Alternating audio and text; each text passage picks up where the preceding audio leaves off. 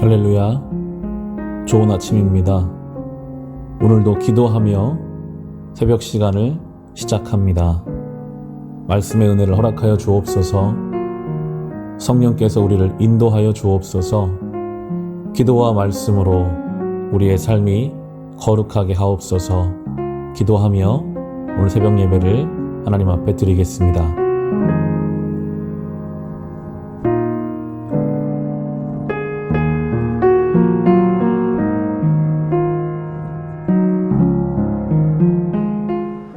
안녕하세요. 반갑습니다.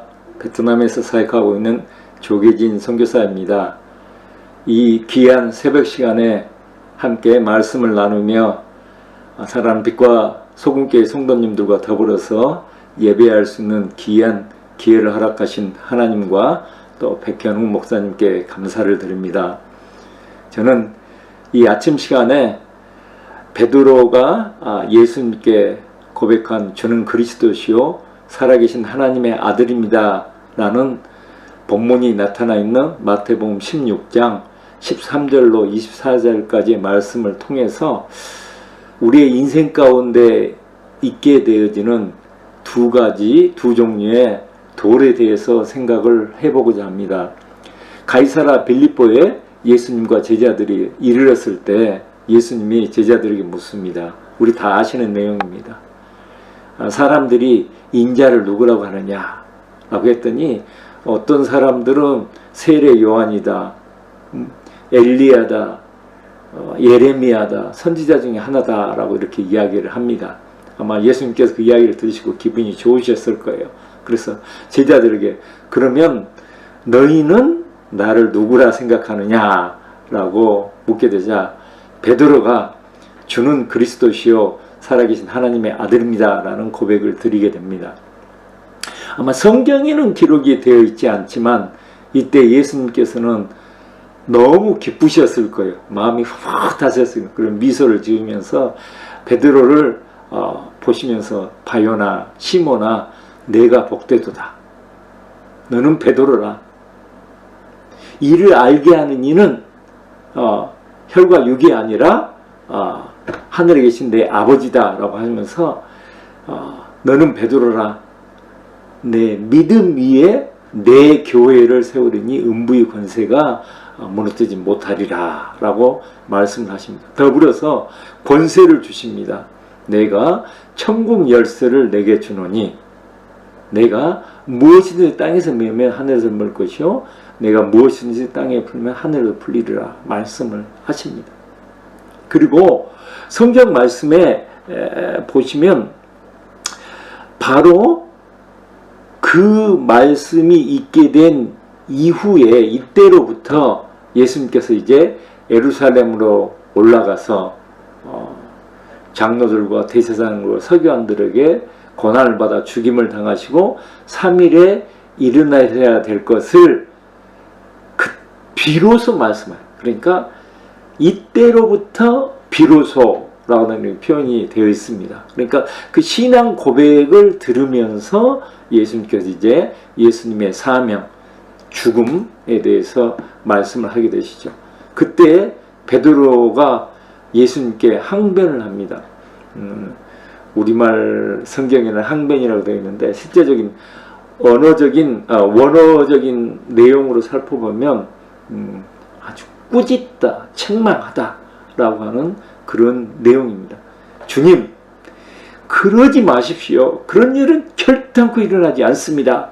라고 합니다. 그때 예수님은 뒤를 돌아보시며 베드로를 보시고 사탄아, 내 뒤로 물러나라. 너는 나를 넘어지게 하는 자로라 말씀하십니다. 물론 베드로가 사탄이라는 이야기는 아닙니다. 사탄이 베드로를 도구 삼아 예수님을 넘어뜨리려고 하기 때문에 사탄으로 하여금 물러가라고 말씀을 하시는 것입니다. 베드로가 주는 그리스도시요 살아계신 하나님의 아들입니다 라고 고백을 했을 때는 믿음의 반석 이라겠어요. 그래서 그 초석 위에 반석 위에 교회를 주님의 교회를 세우겠다. 믿음의 반석입니다. 그런데 그 일이 일어난 바로 뒤에 예수님은 베드로가 주님 그러지 마십시오. 그런 일이 일어날 수 없습니다. 라고 했을 때 사탄아 내 뒤로 물러가라. 너는 나를 넘어지는 자로다. 라고 말씀을 하고 있습니다. 베드로 전서 2장 그 8절 말씀에 보면 베드로는 아마 그 당시를 기억을 했던 것 같아요. 그래서 이 넘어지게 하는 것, 이 돌을 어떻게 표현을 하고 있냐면 부딪히는 돌과 걸려 넘어지게 하는 바이다 라고 하는 표현을 하고 있습니다. 베드로가 믿음으로 주는 그리스도시요 살아계신 하나님의 아들이라고 고백을 했을 때는 하나님의 영, 즉 성령님으로 말미암아 그런 고백을 드립니다. 그렇지만 또 베드로가 주님 그러면 안 됩니다 라고 말했을 때는 이제 또 사탄의 도구가 되어 버리는 것을 볼 수가 있습니다. 그래서 예수님을 넘어지게, 물론 예수님은 하나님이십니다. 넘어지지 않습니다. 이 일은 바로 뭐냐면 그 주님의 이 일에 거치는 돌, 하나님 나라의 방해가 된다라는 것을 알 수가 있습니다. 조금 전에는 성령의 인도함을 받아서 믿음의 반석이 되었습니다. 그런데 지금 당장은 이제 또 사탄의 도구가 되는 하나님 나라의 방해꾼이 되는 그런 바위가 되어 버렸던 것을 보게 됩니다. 왜 이런 일이 일어나게 되었을까요? 그것은 오늘 본문 예수님의 말씀에서 우리가 해답을 찾아볼 수가 있습니다. 사탄아 내 뒤로 물러가라. 너는 나를 넘어지게 하는 자로다. 내가 하나님의 일을 생각하지 아니하고 사람의 일을 생각하는도다. 말씀. 바로 그렇습니다. 하나님의 일을 생각을 하면 성령에 사로잡힙니다. 성령님의 인도하심을 받습니다. 그렇지만 사람의 일을 생각을 하면 하나님 나라에 거치는 돌이 되게 되는 것입니다. 어떤 일이 일어났을 때, 어떤 사건이 발생하게 됐을 때 하나님의 일, 즉 하나님께서 이 일을 통해서 무엇을 원하시는가, 이 사건을 하나님께서는 어떻게 해결하시기를 원하시는가를 생각을 하면 이거 하나님의 일입니다. 그때 성령님의 인도하심을 받게 됩니다. 그렇지만 내 지혜와 내 능력과 또 내가 세상에 활용할 수 있는 모든 걸 활용해서 해결하려고 할 때에는 사탄의 인도하심을 받을 수 있다고 하는 것을 말씀해 주고 있는 것입니다. 그래서 하나님께서는 사도 바울을 통해서 육신을 쫓는 자는 육신의 일을, 영을 쫓는 자는 영의 일을 하게 된다라고 말씀하시고, 또 더불어서 위의 것을 생각하라, 땅의 것을 생각하지 말라라고 교훈해 주고 있는 것을 보게 됩니다. 사랑하는 성도 여러분, 이 아침 시간에 우리가 한번 생각을 해 보았으면 좋겠습니다. 우리가 하나님의 일을 생각을 하고 영의 일을 쫓으며 위의 것을 추구하면 성령님께 쓰임을 받게 됩니다. 그래서 하나님의 교회를 세우는 하나님 나라의 초석이 됩니다. 그렇지만 우리가 사람의 일을 생각을 하고 육신의 일을 쫓으며 땅의 것을 추구하게 되면 사단의 도구가 되어서 주님의 일에 걸림돌이 되고 하나님의 나라에 방해가 되는 바위가 될 수밖에 없다는 것을 우리가 생각을 해야 될 것입니다. 우리 모두는 다 하나님 나라의 일을 생각을 하고 영의 일을 추구하고 또 위의 것을 바라는 그러한 삶, 그래서 하나님 나라를 통해서 하나님의 나라가 이루어지는 초석이 되기를 원하실 것입니다. 아멘이시죠? 예, 우리 모두는 그러한 삶을 원합니다. 그렇다고 한다면 우리가 어떻게 사람의 일을, 육의 일을, 땅의 것을 추구하지 아니하고 하나님의 일을, 또 영의 일을 또 위의 것을 추구하는 그런 삶을 살 수 있을까요? 그래서 오늘 주님 본문께서는 이 사건이 일어난 직후에 바로 말씀하고 계시는 내용이 있습니다. 이에 예수께서 제자들에게 이르시되 누구든지 나를 따라오려거든 자기를 부인하고 자기 십자가를 지고 나를 따를 것이니라. 바로 제자도입니다. 제자는 예수님을 따라가는 사람입니다. 예수님이 말씀하실 때 이건 이렇고 저건 저렇고 따지고 머리로 계산하는 것이 아니라 예수님 말씀하시면 말씀대로 따라가는 사람이 바로 제자입니다. 우리가 예수 그리스도의 제자로서 자기 자신을 부인하고 마땅히 믿음의 삶 가운데서 져야 될 십자가를 지고 주님을 따르면 우리는 당연히 하나님의 일을 생각하게 됩니다. 영의 일을 추구하게 되고 또 위의 것을 바라는 삶을 살게 되는 것입니다. 지금 보니까 우리 앞에 두 종류의 돌이 있는 것을 보게 됩니다. 하나의 돌은 예수님의 믿음의 반석, 초석이 되는 것입니다. 다른 하나는 예수님의 일에 걸림돌이 되는, 걸려 넘어지게 하는 돌이 있습니다. 우리가 어떤 돌이 되어야 될까요? 당연히 믿음의 반석이 되어야 될 것입니다. 이 아침 시간에 하나님을 사랑하여서 예배하는 모든 성도님들은 다 믿음의 반석이십니다. 삶 가운데서 하나님의 일을 생각하고 영의 일을 따르며 위의 것을 추구하는, 그리하여서 내가 서 있는 그곳에 하나님의 나라가 이루어지며 믿음의 반석, 주님의 몸된 교회를 세울 수 있는 그러한 초석이 될 수 있을 것이라 확신합니다.